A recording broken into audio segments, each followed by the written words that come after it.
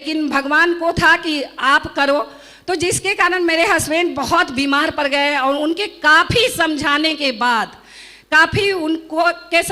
बाद, और रवि सर के काफ़ी प्रेशर के बाद मैं वहाँ गई। मैं जाने के लिए इस कारण से और नहीं तैयार थी कि एक तो मुझे आता नहीं कुछ समझ में था, और दूसरी बात थी कि बीमार हस्बैंड को छोड़ के मैं जाती कैसे। मेरी बच्ची बहुत छोटी थी उस समय, आप लोग अभी जो देखते हैं तो बहुत 5-6 साल हो गया, तो छोटी ही थी। छोटी थी वो, एक बात बोली, मम्मा तुम जाओ, मैं पापा को देख लूँगी। और मेरी मम्मी भी थी, मेरी मम्मी और मेरी बेटी के कहने पे मैंने वहाँ गया, और वहाँ मुझे एक QSC का सम्मान लेने का मौका मिला। और QSC के सम्मान लेके जहाँ मुझे कभी कोई एक फूल नहीं दिया हो, कोई सम्मान नहीं मिला हो, वहाँ पे हजारों लोगों के बीच में, 500-600 लोगों के बीच में मुझे सम्मान लेने का मौका मिला। तो मेरे दिमाग में एक बात आया कि क्यों नहीं इस काम को किया जाए ताकि ये सम्मान लेने का मौका बार बार आए। ये सम्मान मुझे बहुत अच्छा लगा था, और मैंने वो सम्मान लिया। और सम्मान के बाद भी पॉजिटिव कैसे होती, लेकिन वहाँ पे आए एक ऐसे शख्स थे, शख्स नहीं शख्सियत कहा जाए, अगर वो अपने सोच ऐसे नहीं बनाए होते तो शायद आज बिहार में 7 दिन में 11 डायमंड नहीं बने होते। उनका स्पीच सुन के, उनके नाम लेने से पहले मैं आप लोगों से एक बहुत सपोर्ट चाहती हूँ। उनका जोरदार ताली के साथ स्वागत करें श्रीमान सत्येंद्र प्रसाद सर। Thank you sir. उनके स्पीच को सुन के मुझे एक बात समझ में आया कि सर के स्पीच में एक बात था कि मैं जब ज्वाइन किया था तो मैंने काम नहीं किया था, और मुझे एक फंक्शन में जाने का मौका मिला। उसके बाद मैंने काम किया, और काम करने के बाद मैं डायमंड बना, और मेरा बेटा भी बना। ये मुझे उसी समय मेरे दिमाग में बैठ गया कि जब सत्येंद्र प्रसाद सर को मिला था ये मौका, और उन्होंने काम नहीं किया, लेकिन बहुत दिन काम करने के बाद, फंक्शन में जाने के बाद, इग्नोर करने के बाद खुद तो डायमंड बने। 2 लाख रुपया सप्ताह उनका आता है, साथ में बेटा का भी आता है। ये सुन के मुझे बहुत अच्छा लगा, और मैं वहाँ से पॉजिटिव होके निकली कि अब तो मुझे करना है। और मैं घर आई। घर आने के बाद मेरे पति चूँकि काफ़ी बीमार थे उस समय, ये नहीं लगता था कि ये ठीक होंगे या नहीं। उस समय मेरे लिए चुनौती था, मेरे पास पैसे नहीं थे, और फैमिली का लोग आता था देख के चला जाता था। मेरे पास पैसे नहीं थे, 3 बच्चे को और सर को संभालना मेरे लिए बहुत मुश्किल था। लेकिन उस दिन बस मेरे सभी अपलाइन का श्रेय है कि रवि सर खास करके हर एक अपलाइन को लेके आते थे, और सब ने मुझे समझाया कि नहीं अजय जी ठीक हो जाएंगे, ठीक हो जाएंगे। रवि सर का बहुत बड़ा योगदान रहा, और जब वहाँ से सर ठीक हुए उसके बाद मैंने काम करना शुरू किया। काम करते करते 3 महीना ही बीता कि 3 महीना में मैंने सिल्वर, हम दोनों वाइफ हस्बैंड मिलके सिल्वर बने। और फिर मुझे एक जगह जाने का मौका मिला, जहाँ पे जाने के बाद लगा कि हाँ एक डायमंड शिप हो रहा था, और रवि सर बार बार मुझे कहते थे कि पैसा दो, डायमंड शिप में चलो। मेरे पास पैसा नहीं था, और थैंक्स मेरी फ्रेंड का, जिनसे कर्जा मांग के मैंने आगरा गई, और वहाँ जाने के बाद मुझे फिर से सम्मान लेने का मौका मिला सिल्वर का। और वहाँ वो सम्मान जो लेने का मौका मिला वो डायमंड शिप किसी और का नहीं, सबके दिलों पे राज करने वाले जो जुनून के बादशाह अजय पंडित सर के लिए एक जोरदार ताली। सर का स्पीच तो सुने, सब लोगों को सम्मान लेते हुए देखे, मुझे भी सम्मान मिला।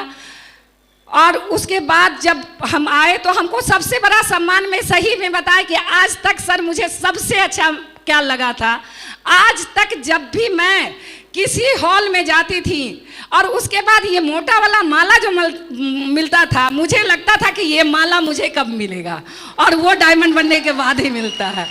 तो मैंने वहीं से ठाना कि नहीं, जैसे भी जो भी हो, जितना भी परेशानी हो, लेकिन मुझे डायमंड बन के ये माला लेना है, अपना नाम पहचान बनाना है, और काम करना शुरू किए। वहाँ से आने के बाद इतना पॉजिटिव हम और मेरे हस्बैंड दोनों हो गए कि एक दिन ऐसे ही बैठे हुए थे, रवि सर अचानक आए और बोले कि आप दोनों आदमी अगर दुकान नहीं होता तो कितना अच्छा होता, कितना अच्छा काम हो जाता। क्योंकि बच्ची मेरी छोटी थी, दुकान पे छोड़ के जाते जरूर थे, लेकिन हमेशा दिमाग में लगा हुआ रहता था कि क्या होगा। तो बस दिक्कतें आती थी, कभी फील्ड में, कभी दुकान में, कभी घर में। घर में सुविधा का बात अगर कहा जाए तो पैसा कमी के कारण मेरे पास कुछ भी सुविधा नहीं था। घर भी वैसे ही करकट का ही था और कोई सुविधा नहीं, तो बहुत दिक्कत होता था मुझे। तो दोनों आदमी के डिसीजन से एक बात निकल के आया कि चलो दुकान बंद कर दे। अब दुकान बंद कर देने के बाद सही वहीं से परेशानी शुरू हुआ। दुकान चल रहा था तो थोड़ा बहुत घर चलाने के लिए तो पैसा आ ही रहा था। अब फील्ड में निकलते जब थे वहाँ इतना होता था, आज लोग कहते हैं सफल हैं, आज सब तालियां बजाते हैं, लेकिन कितने गालियां सुने हैं हमने ये कोई नहीं जानता है। क्योंकि आज जेंट्स को तो परेशानी होता ही है। जेंट्स भी अगर नेटवर्क मार्केटिंग में जाता है तो फील्ड में लोगों को ये नहीं पता होता है कि नेटवर्क मार्केटिंग आखिर दे क्या सकता है, नेटवर्क मार्केटिंग के पास है क्या। वो दुनिया का वो सब कुछ दे सकता है जो आदमी सोच भी नहीं सकता है। और मैं तो लेडीज थी, तो जब जेंट्स को प्रॉब्लम होता है तो मैं लेडीज थी, मुझे प्रॉब्लम नहीं हुआ होगा। आज आप लोग को स्टेज पर से ही पता चल गया होगा। ऐसे मेरे सास ससुर हैं नहीं, पापा भी नहीं है, पेरेंट्स में मात्र मेरी मम्मी है, लेकिन स्टेज पर से पता चल गया होगा कि फैमिली में से अगर आया तो केवल मायका का आया, ससुराल का क्यों नहीं आया। तो विरोध में इतना ज़्यादा विरोध होता है।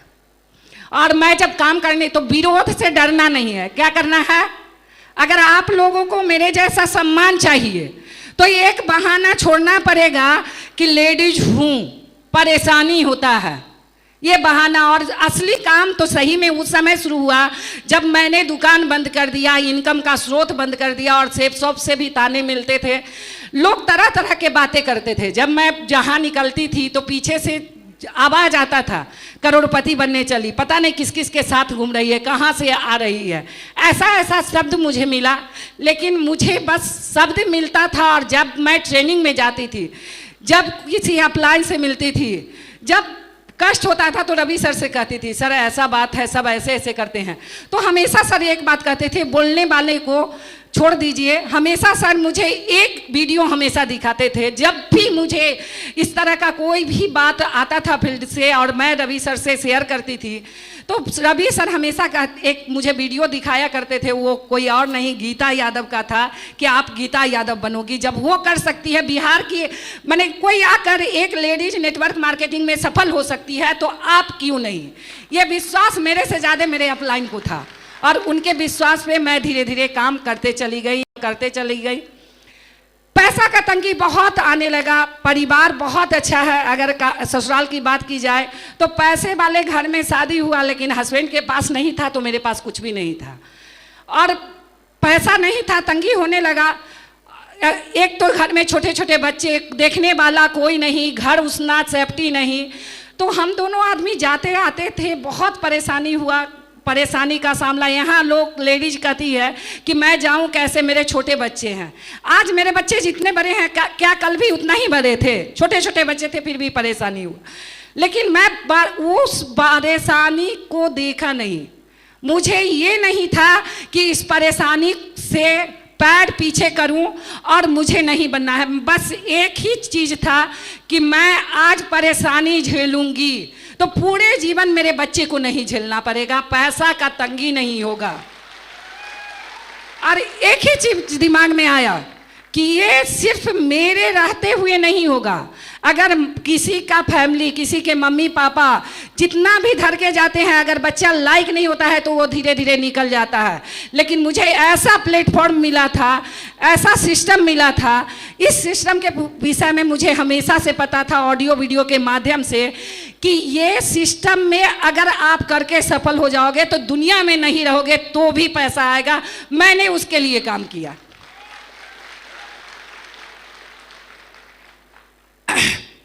परेशानी हुआ, टीम बनने लगा, टीम टूटने लगा। क्योंकि एजुकेशन अगर कहा जाए तो नेटवर्क मार्केटिंग के लिए था नहीं, ऐसे भी सिंपल जैसे तैसे चल रहा था। तो टीम बना, लेकिन टीम को हम संभाल नहीं पाए, टीम टूटा। जब टीम टूटने लगा तो बहुत दर्द होने लगा, टूटने मैं भी लगी टूटने कि अब क्या होगा। अब तो मेरे